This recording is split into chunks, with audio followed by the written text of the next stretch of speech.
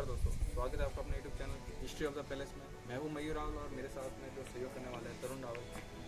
इस YouTube channel के माध्यम से मेरी फर्स्ट वीडियो है। आपको मैं अपने इस चैनल के माध्यम से अलग अलग जगह और वहाँ की हिस्ट्री में बताऊँगा। कई बार क्या होता है कि कई लोग ऐसी जगह पर जाते हैं, कई घूम के आते हैं, मतलब वो उस जगह हिस्ट्री मतलब मालूम नहीं होती। ऐसे लोगों के लिए मेरी वीडियो होगी। तो अगर आपको वीडियो अगर पसंद है तो आप इसको लाइक करें, ज़्यादा से ज़्यादा शेयर करना और सब्सक्राइब करना। आप जो मेरे पीछे ये जो महल देख रहे हैं, ये सिरोही पैलेस है।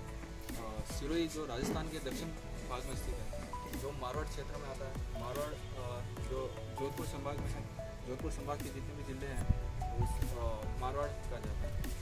सिरोही के उत्तर में जिला पाली, दक्षिण में बनासकांठा जो गुजरात में है, पूर्व में जिला उदयपुर और पश्चिम में जालोर है। सिरोही के अंदर राष्ट्रीय राजमार्ग 14 जो अब बाईपास बन चुका है, इसको अब नेशनल हाईवे 62 है जो पाली और जालोर को जोड़ता है, पाली और गुजरात को जोड़ता है। स्टेट हाईवे 19 जो जिला जालोर को जोड़ता है। सिरोही के अंदर 5 तहसील हैं: आबू रोड, भीलवाड़ा, देवदत्त, सीमन और सिरोही जो खुद एक तहसील है। सिरोही को 2014 में स्वच्छ भारत अभियान के तहत 33 जिलों में सबसे स्वच्छ जिले के रूप में प्रथम स्थान मिला था। 1950 से पहले जो सिरोही था वो बॉम्बे सरकार के अधीन में था। 1950 के बाद में सिरोही राजस्थान में इसका विलय हो गया। तो सिरोही के बारे में ये एक छोटी सी हिस्ट्री थी सिरोही के बारे में। अभी जो हम शूट कर रहे हैं ये महल के बाहर से हम शूट कर रहे हैं, क्योंकि महल के अंदर जाने की इजाज़त है नहीं। हम जो शूट कर रहे हैं हमारे घर के ऊपर से शूट कर रहे हैं। तो ये एक सिरोही के बारे में छोटी सी हिस्ट्री थी। अब मैं आपको एक छोटी सी एक जानकारी इतिहास के बारे में बताऊंगा कि हम जिस भारत देश में रह रहे हैं, इस भारत शब्द की उत्पत्ति कहाँ से हुई, ईसा और ईसा पूर्वी में क्या अंतर है, और राजपूत शब्द की उत्पत्ति कहाँ से हुई। तो छोटी सी एक ये हिस्ट्री के बारे में हम जानेंगे। इसके बाद में आपको मैं एक सिरोही महल की हिस्ट्री बताऊँगा। तो भारत शब्द की उत्पत्ति कहाँ से हुई? उत्तर के हिमालय से लेकर दक्षिण के समुद्र तक हमारा जो ये भारत है ये पूरा फैला हुआ है। भारतवर्ष यानी भरतों का देश कहा जाता था। यहाँ के निवासियों को भारती अर्थात भरतों की संतान। भारती भारत एक प्राचीन कबीले का नाम था। यहाँ इस देश को पहले जम्बू द्वीप कहते थे। जम्मू का मतलब जामुन के वृक्षों का द्वीप। प्राचीन जो ईरानी थे, यहाँ हमारे देश से सिंधु नदी बहती थी। तो सिंधु नदी के आधार पर यहाँ के जो प्राचीन जो ईरानी थे, यहाँ के निवासियों को सिंधु ना कह के हिंदू कहते थे, और यही नाम पूरे पश्चिम में फैल गया और पूरे देश को इसी नाम से जाने लगा। यूनानी इसे इंडिया कहते थे, अरब इसे हिंद कहते थे। मध्यकाल में भारत का नाम हिंदुस्तान पड़ा। हिंदुस्तान ये एक फारसी शब्द के हिंदी से बना है। यूनानी के हिंदी के आधार पर अंग्रेज इसे इंडिया कहने लगे। अंग्रेज अब विंध्याचल की जो हमारी पर्वत श्रृंखला है, यानी जो हिमालय है, वो देश को 2 भागों में बांटती है, उत्तर और दक्षिण। उत्तर में इंडियन यूरोपियन बोलने वालों की संख्या ज़्यादा है। यूरोपियन यानी हिंदी बोलने वालों की संख्या सबसे ज़्यादा है, और दक्षिण में द्रविड़ परिवार बोलने वालों की संख्या ज़्यादा है। जो तेलुगु और तमिल और जिस तरह की भाषा है, दक्षिण में जो भाषा बोली जाती है, वो द्रविड़ परिवारों के बोलने वालों की संख्या ज़्यादा है। इतिहास को जो 3 भागों में बांटने का जो श्रेय है वो क्रिस्टोन सैलियरस को जाता है, जिन्होंने इतिहास को 3 भागों में बांटा, और जो इतिहास के अध्ययन की जो सुविधा थी उसको 3 भागों में बांटा, जो 1638 से 1707 तक थे। उसके बाद में भारतीय इतिहास के जो अध्ययन की सुविधा है उसको 3 भागों में बांटा है: प्राचीन भारत, मध्यकालीन भारत और आधुनिक भारत। प्राचीन विषय जो हमें स्रोतों से जो जानकारी मिलती है, प्राचीन इतिहास के विषय में हमें जो जानकारी मिलती है वो 4 स्रोतों से मिलती है। पहला है धार्मिक ग्रंथ, ऐतिहासिक ग्रंथ, विदेशों का विवरण और पुरातत्व संबंधित साक्ष्य। इन 4 स्रोतों से हमें इतिहास के विषय में हमें जानकारी मिलती है। ईसा और ईसा पूर्वी में क्या अंतर है, अब इसके बारे में हम थोड़ा सा जानेंगे। ये सब चीज़ें मैं इसलिए आपको बता रहा हूँ क्योंकि पहले हमें किसी भी चीज़ हिस्ट्री जाने से पहले हमें थोड़ा सा उसके बारे में नॉलेज होना ज़रूरी है। तो ऐसे लोगों के लिए मैंने पहले ही बोला कि ऐसे लोगों के लिए मेरी हिस्ट्री होगी जो ऐसी जगहों पर गए होंगे पर लेकिन वहाँ की हिस्ट्री नहीं सुनी होगी। तो ये इस यूट्यूब के माध्यम से और मेरी इस टीम के माध्यम से मैं आपको जानकारी देने की कोशिश करूँगा और ज़्यादा से ज़्यादा जानकारी देने की कोशिश करूँगा। मैं इतना बड़ा तो इतिहासकार नहीं हूँ कि मैं आपको पूरी एक इतिहास जानकारी दे सकूँ, पर जहाँ तक मेरे नॉलेज में होगा वहाँ तक मैं कोशिश करूँगा कि मैं आपको पूरी जानकारी दूँ। तो मैं कुछ ईसा और ईसा पूर्व के बारे में बता रहा था। ईसा और ईसा पूर्व, इन दोनों को ईसा मसीह के जन्म के आधार पर जोड़ा गया है। इतिहास में जो भी घटना ईसा मसीह के जन्म से पूर्व हुई है उसे ईसा पूर्व, और ईसा मसीह के जन्म के बाद में जो भी घटना हुई है वो ईस्वी कहा जाता है। ईसा पूर्व को शॉर्ट में BC लिखते हैं। BC का अर्थ होता है before the birth of genuine cherished, और जिसे उल्टी गिनती, ईसा पूर्व को हम उल्टी गिनती में गिनते हैं। जैसे कि एक एग्जाम्पल के तौर पर अगर हम समझें तो महात्मा बुद्ध का जन्म 1563 ईस्वी ईसा पूर्व में हुआ था और उनकी मृत्यु 483 ईसा पूर्व में हुई थी। तो ईसा मसीह के जन्म से 563 ईसा पूर्व उनका जन्म हुआ, 483 वर्ष पूर्व उनकी मृत्यु हुई। ईसा मसीह के जन्म के बाद में वो ईस्वी कहा जाता है, जिसको शॉर्ट में हम AD लिखते हैं। इंग्लिश में इसे AD लिखते हैं। AD का अर्थ होता है एनो डोमिनी। इसका जो फुल फॉर्म होती है वो in the year of Lord. ये था एक ईसा पूर्व और ईस्वी में दोनों में क्या अंतर है वो आपको मैंने बताया। अब राजपूत शब्द की उत्पत्ति कहाँ से हुई? कई बार हम सोचते हैं कि राजपूत कौन है, राजपूत कहाँ से आए, इस बारे में हम कई बार सोचते हैं। तो राजपूत शब्द की उत्पत्ति कहाँ से हुई? ये तो अभी भी एक विवादग्रस्त है कि राजपूत कौन थे। पर कहा जाता है कि हर्षवर्धन कौन थे? तो गुप्त वंश के बाद, गुप्त वंश का जब पतन हुआ तो उसके बाद में नए राजवंशों का उदय हुआ था। उसमें मैत्री, मोखरी, पुष्यभूति वंश, परिवर्तित गुप्त और गौड़ प्रमुख थे। इन सभी राजवंशों में जो पुष्यभूति वंश के जो शासक थे उनका विशाल साम्राज्य था, और उनके पुष्यभूति वंश के जो संस्थापक थे वो पुष्यभूति थे, जिनकी राजधानी थानेश्वर थी, जो अभी हरियाणा के गुरुक्षेत्र जिले के थानेश्वर में स्थित है। पुष्य हर्षवर्धन के जो पिता थे प्रभाकर वर्धन, उनकी पत्नी से 2 पुत्र हुए। हर्षवर्धन के जो पिता थे प्रभाकर वर्धन, उनकी पत्नी थी यशोमती से 2 पुत्र प्राप्त हुए, राज्यवर्धन और हर्षवर्धन। प्रभाकर वर्धन की मृत्यु के बाद में राज्यवर्धन थानेश्वरी की गद्दी पर बैठे। राज्यवर्धन 606 ईसा पूर्व में उनकी मृत्यु हुई। उसके बाद में 16 वर्ष की आयु में हर्षवर्धन थानेश्वर की गद्दी पर बैठे, यानी कि हर्षवर्धन की मृत्यु हुई तो उसके बाद में भारतीय राजनीतिक जो एकता थी वो छीन बीन हो गई। भारतीय राजनीति में अंधकार से छा गया था। तो ऐसे में उत्तर भारत में अनेक छोटे छोटे राज्य उत्पन्न हुए और उनमें पारस्परिक संघर्ष प्रारंभ हुआ, यानी लड़ाइयाँ होनी शुरू हुई। इससे अनेक राजवंशों का उदय हो गया था, और ये जो राजवंश थे ये सामूहिक रूप से राजपूत कहलाए। मैं कोई ऐसा टीचर नहीं हूँ कि जो मैं आपको मतलब एक कोचिंग से पढ़ने वाले स्टूडेंट वो अगर मेरी वीडियो देख रहे हैं तो मैं ऐसा कोई टीचर नहीं हूँ। बस मेरे जानकारी में जो भी जानकारी है और इतिहास के बारे में जो मुझे जो जानकारी है वो मैं आपको बताऊँ।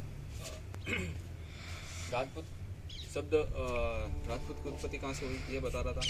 तो 7वीं शताब्दी में 7वीं शताब्दी में इस शब्द का ज़्यादा प्रयोग हुआ।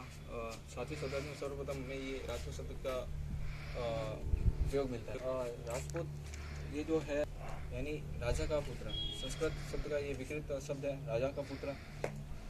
प्राचीन ग्रंथों में राजपूत शब्द का बहुत ज़्यादा प्रयोग हुआ है, जैसे कि चाणक्य के अर्थशास्त्र, कालिदास के नाटक का, बाण भट्ट के हर्षचरित्र और कादम्बरी में राजपूत शब्द का प्रयोग हमें मिलता है। हैंसोंग जो हर्ष के समय भारत में आए थे, उन्होंने कई जगह उन्होंने अपनी पुस्तक में कई जगह क्षेत्रीय तो कई जगह राजपूत शब्द का प्रयोग किया। वेदों और उपनिषदों में राजपूतों को राजन्य कहा गया है।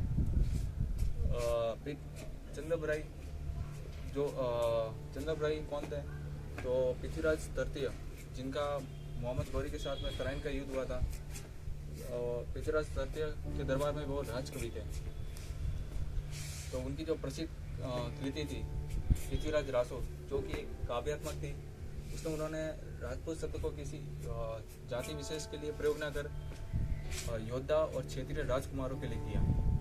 जगदीश सिंह जी जो गहलोत थे, उन्होंने राजपूत मतलब जो भी मुस्लिम आक्रमणकारियों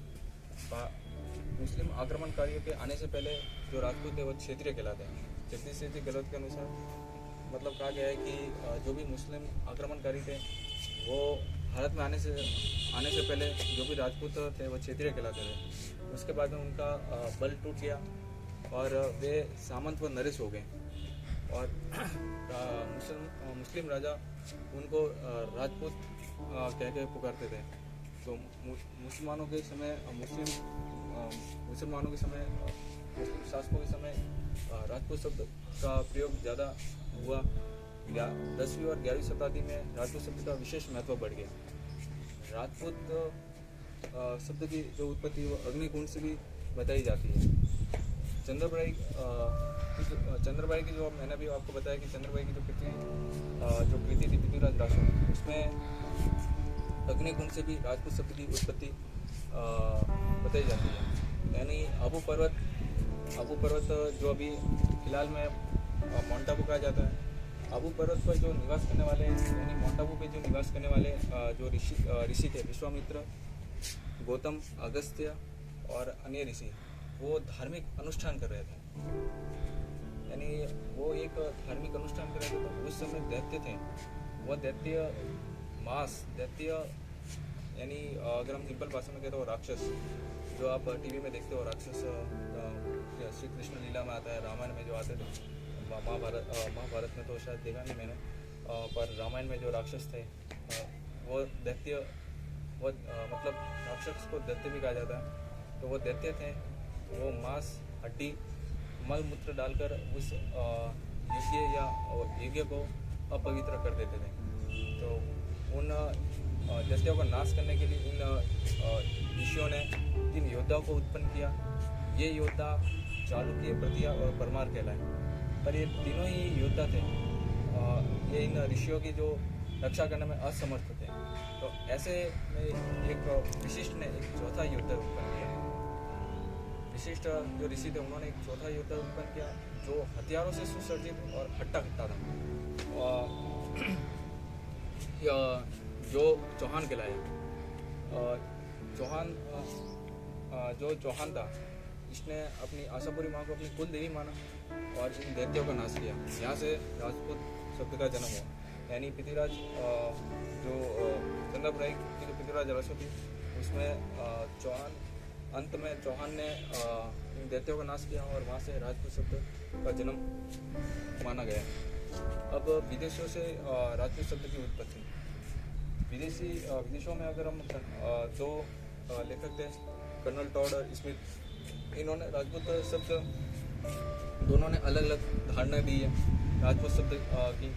कर्नल टॉड के अनुसार राजपूत मध्य एशिया के शाक व सेथियन जाति से थे और स्मिथ के अनुसार राजपूत जो भी विदेशी आक्रमणकारी भारत में आए उनका भारतीयकरण हो गया। इस प्रकार से स्मिथ ने अपने राजपूत शब्द की उत्पत्ति बताई। तो ये थी एक राजपूत शब्द की उत्पत्ति कि राजपूत कौन थे, ये तो अभी भी एक विवाद प्रश्न है। राजपूत खुद को वैदिक आर्यों से संबंधित मानते हैं। जो सूर्यवंशी और चंद्रवंशी कहते हैं। तो राजपूत शब्द राजपूत कौन थे, ये तो अभी भी एक विवाद प्रश्न है कि राजपूत कौन थे। इसके बाद में आपको अब मैं आप सीधे की आपको हिस्ट्री सुनाऊँ तो कर्नल टॉड जो अंग्रेजों के समय में यहाँ के लेखक हुए, कर्नल टॉड, उन्होंने मोंटाबू था जो राजस्थान का सबसे ठंडा कहा जाता है, यानी राजस्थान का शिमला जो कहा जाता है वो मोंटाबू को कहा जाता है। मोंटाबू को हिंदुओं का ओलंपिक्स बताया कर्नल टॉड ने जो मोंटाबू को है वो हिंदुओं का ओलंपिक्स बताया, क्योंकि पुराने समय में जो ये मोंटाबू था ये शक्तिशाली साम्राज्य की एक सीट थी। कर्नल टॉड ने अपनी जो प्रसिद्ध जो पुस्तक थी ट्रैवल्स इन वेस्टर्न इंडिया, उसमें इसके बारे में बताया। जालोर के जो इस सूरज क्षेत्र या मोंटाबू पर शासक करने वाले जो भी शासक थे वे मौर्य, क्षत्रिय, गुल, राठौड़, परमार, गोहिल और चौहान, इन शासकों ने यहाँ पे शासक किया। यानी जो भी मौर्य, क्षत्रिय, गुल, राठौड़, परमार, चौहान और गोहिल, इन शासकों ने इस क्षेत्र पर राज किया। जालोर के जो चौहान थे उन्होंने उनकी एक छोटी सी एक शाखा थी जो लुबा थे। उन्होंने आबू के जो परमार थे उनसे आबू के परमारों के साथ आक्रमण करके आबू को अपने जब्त में कर लिया। राव लुबा जी ने 1311 ईस्वी में चंद्रावती को अपनी राजधानी बनाया था। चंद्रावती जो अभी अगर मेरी जो वीडियो बाहर से अगर देखे रहे जो राजस्थान से बाहर से है, कई अदर स्टेट से, तो उनके लिए मैं अगर कहना चाहूँ तो चंद्रावती जो है वो सूरत डिस्ट्रिक्ट के जो फेमस जो है माउंट आबू, उस माउंट आबू के पास में चंद्रावती है। अगर आप कभी यहाँ आए तो माउंट आबू घूमने के लिए तो चंद्रावती ज़रूर घूमें। वहाँ पर कुछ अवशेष मिले हुए हैं, उन अवशेषों को आप देखें, क्योंकि इसी से यहाँ से ही बाद में ये क्षेत्र फैला है जो श्रीनगर की स्थापना हुई 1405 ईस्वी में।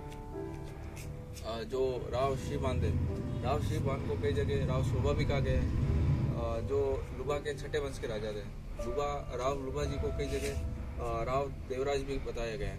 तो राव लुबा और राव देवराज दोनों ही एक ही है, और राव श्रीबान और राव शोभा ये दोनों ही एक ही है।